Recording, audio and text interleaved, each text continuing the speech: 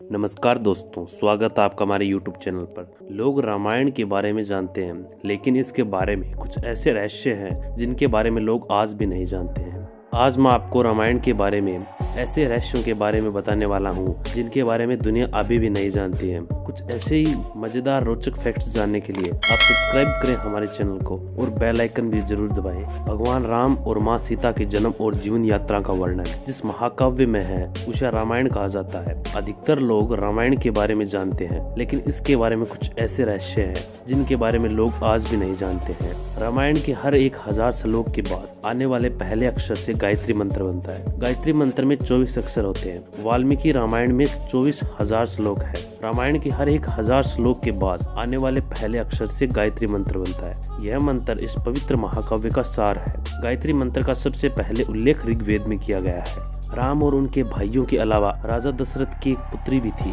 राजा दशरथ के राम और उनके भाइयों के अलावा शांता नाम की एक पुत्री भी थी। वो आयु में चारों भाइयों से बड़ी थी और उनकी माता का नाम कौशल्या था। ऐसा माना जाता है कि एक बार अंक देश के राजा रोमपद और उनकी रानी वर्षिणी अयोध्या आए थे। उनके कोई संतान ही नहीं थी।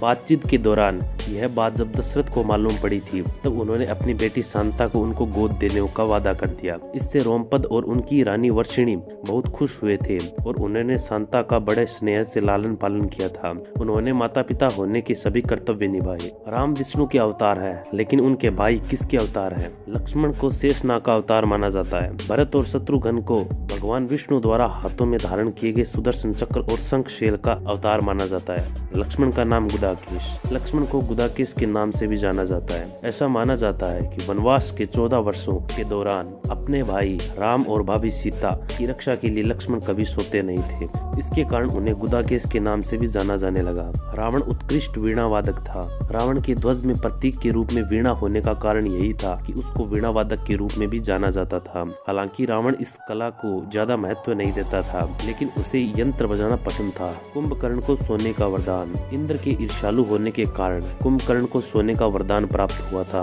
रामायण में बताया गया है कि रावण का छोटा भाई, जिसका शरीर बहुत ही विकराल था और वह बहुत ही खाने वाला भी था, उसको सोने का वरदान प्राप्त हुआ। यानी वह लगातार 6 महीनों तक सोता था और सिर्फ एक दिन खाने के लिए उठता और फिर 6 महीनों के लिए सो जाता था। दरअसल एक बार कुंभकर्ण ने वरदान प्राप्त करने के लिए तप किया, लेकिन जब कुंभकर्ण ब्रह्मा से वरदान मांग रहा था, उसी समय इंद्र ने देवी सरस्वती से अनुरोध किया कि वो कुंभकर्ण की जीवा पर बैठ जाए और इंद्रासन के बदले निद्रासन मांग ले। इस प्रकार इंद्र की ईर्ष्या की वजह से कुंभकर्ण को सोने का वरदान मिला था। ये थे रामायण के बारे में कुछ फैक्ट्स। अगर आपको अच्छे लगे तो प्लीज लाइक करें इस वीडियो को, साथ ही साथ में सब्सक्राइब करें हमारे चैनल को और बेल आइकन दबाना ना भूलें, ताकि आपके पास हमारी वीडियो पहुंचे सबसे पहले। धन्यवाद।